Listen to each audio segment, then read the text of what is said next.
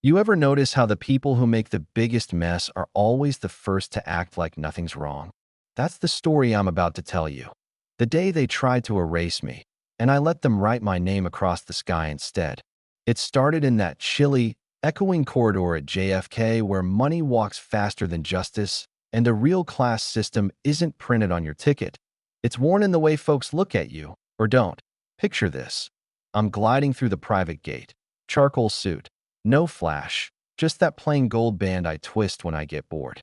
Nobody's shouting, but you can hear everything anyway. I hand over my boarding pass. There's a flicker, just a nanosecond, where the agent's smile freezes like she's recalculating where I belong. I nod. I walk in, and already I know what kind of flight this is going to be. So I settle into 1A, drop my bag, keep it all neat. I'm reviewing documents for Zurich, barely listening to the other passengers click away on their phones. Everyone's got somewhere big to be. Everyone's important. And then this attendant, Lauren, her name tag shiny as new money. She's there, palm out. Ma'am, can I see your boarding pass again? No, welcome aboard. No, good morning. Just that voice you get from people who've practiced being polite without ever really meaning it. She holds my pass, staring like she's searching for the catch. Then, there it is. We've had to reassign some seating for our priority guests. Translation? Not you. She wants me to step aside. She says it's smooth, like this is just how things go. Around us, the other passengers suddenly find their armrests fascinating. I stand, not to please her, just because I know how these games go. I walk toward the galley, her hand waving me along like she's shooing a stray out of the kitchen. Behind the curtain, I hear the low whispers, system update, priority passenger. All that code for she doesn't look the part. 5 minutes later, Lauren's back. Seat 27C, just behind the wing. Main cabin. No apology. No, we messed up. Just protocol and that ice-cold smile. I watch myself in the galley reflection, remember all the rooms I've walked into where I wasn't expected, how silence has always been my armor. I nod once. I walk the aisle. You ever felt 100 eyes trailing you, weighing your worth? Some look curious, some embarrassed for you, most just bored.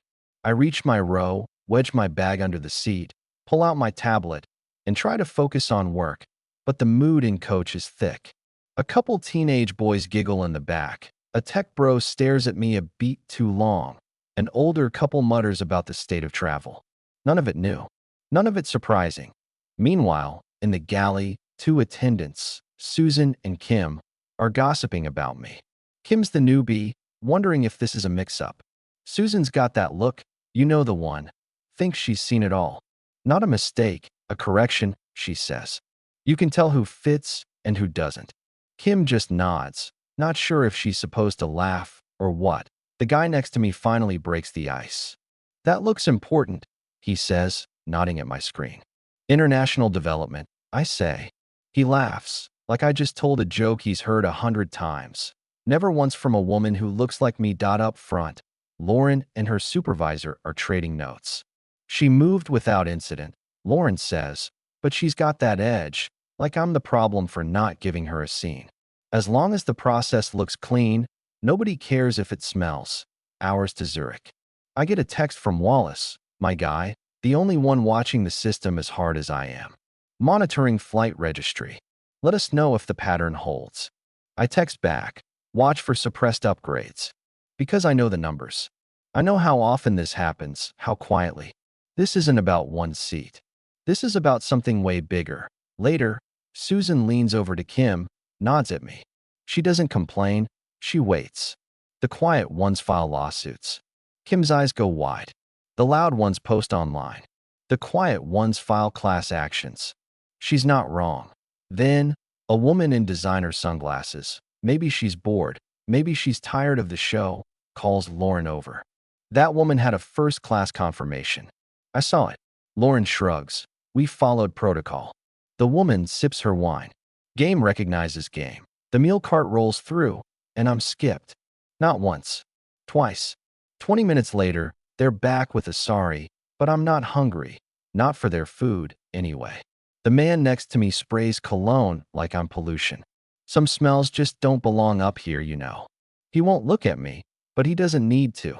Thing is, I don't need anyone to see me fume. I just note every word, every omission, because I've learned silence is deadlier than shouting. My phone's filling with evidence, photos, memos, timestamps, the whole miserable ballet. The mockery gets bolder 2 rows up. Bet she snagged that seat with promo miles. I log it. Public verbal targeting, seat 24A, time marked. I press the service button just to see what will happen. It blinks for half an hour, ignored. Another passenger calls, gets tea in 90 seconds. I leave my light on, a silent protest. I know if I push too hard, I'll get labeled difficult. Push again, they'll call security. So I wait. Eventually, Grace, the youngest, appears, hands me a warm bottle of water and a granola bar. No eye contact. Kitchen's locked until descent. I thank her, but the message is clear. Take what you get, be grateful for less. 2 rows back, someone gets a blanket in seconds. I sit under the reading light, wide awake, a sentinel in enemy territory that I'm not here for the snack. I'm here to witness. Every keystroke, every denial, every oops is an act of resistance. The crew's nervous now. Edward, the senior attendant, checks my pass, double-checks it, walks off without a word. I see him slip into the cockpit, whispering with the captain about optics issues and media risk. The system doesn't need names, just categories. I become 27C, the disruption, the outlier.my secure line pings, a Berlin contact. You've been flagged. They're watching your device. I type, let them try. Meanwhile, the crew's logging me as silent disruption, prepping their stories for ground control. I'm logging everything, quotes, failures of service, faces, behaviors. Not out of anger, but with surgical precision. That's how you win. And then, the moment comes. I stand, calm, just wanting to ask for an explanation from the lead supervisor. Susan appears, voice sharp, return to your seat immediately. I state, flat, that I'm documenting misconduct and requesting accountability. Silence hits the cabin. A passenger films me discreetly, but Grace makes him delete it. Privacy policy, she says. The system protecting itself, always. Edward flags my profile for legal observation. Susan and Lauren talk about pressing the button if I stand up again. All around me, passengers avoid my eyes. Complicity wears many faces. Meanwhile, every bit of data I collect is encrypted and uploaded. Third-party documentation attempts, evidence suppression, the whole chain. My silence is sharper than outrage. They're not ready for that. Landing in Zurich, I open my app, send a single encrypted message, 438 confirmed. Zurich complete. Authorization requested. My evidence, my narrative, everything jumps the Atlantic in seconds. At Airline HQ, a screen blinks. Priority alert, Scott. Amara. Legal summoned. Panic in the room as they realize who I am. Plaintiff in a billion-dollar discrimination suit. The one who's been building a case for 2 years, and now it's lived out on the ground. The fallout spreads fast. Crew are grounded, supervisors under review, legals burning the midnight oil. My name flashes across news feeds, no longer just a statistic, but a face, a story, a reckoning. Passengers start posting. One man who deleted his video writes, "We watched it happen and we said nothing." It goes viral. Other stories join in. The airline's house of cards trembles. Settlement offers come.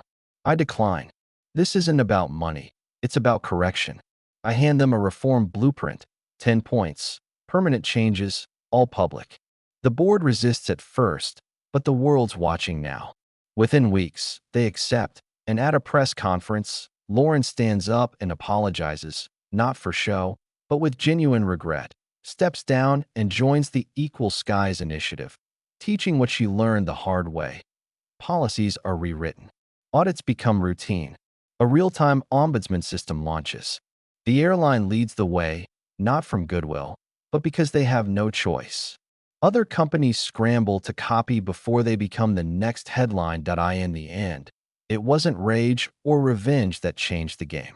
It was exposure, precision, the courage to stand silent and let them reveal themselves, and then build something new from the ashes.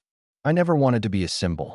I wanted to make sure no one else would ever sit in 27C and wonder if their silence was the only power they had left. So, tell me, when you've been made invisible, do you disappear or do you write your own headline? Drop your thoughts below. What part hit you hardest? Was it the silence or the moment someone finally stood up? This is how we shift the story, one truth at a time. Your voice keeps it traveling farther.